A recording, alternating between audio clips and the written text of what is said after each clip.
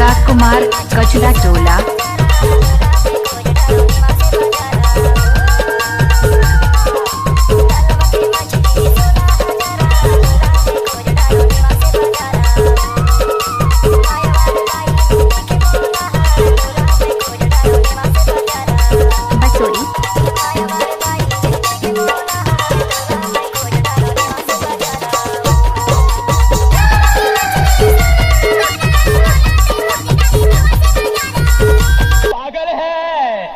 दीवाना है।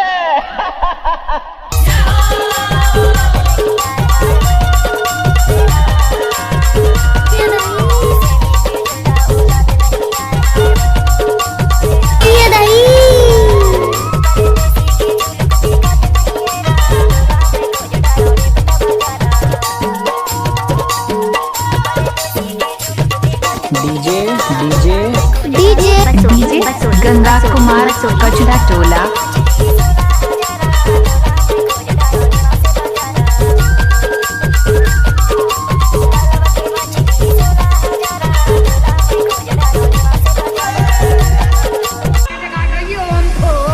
प्रेमी है।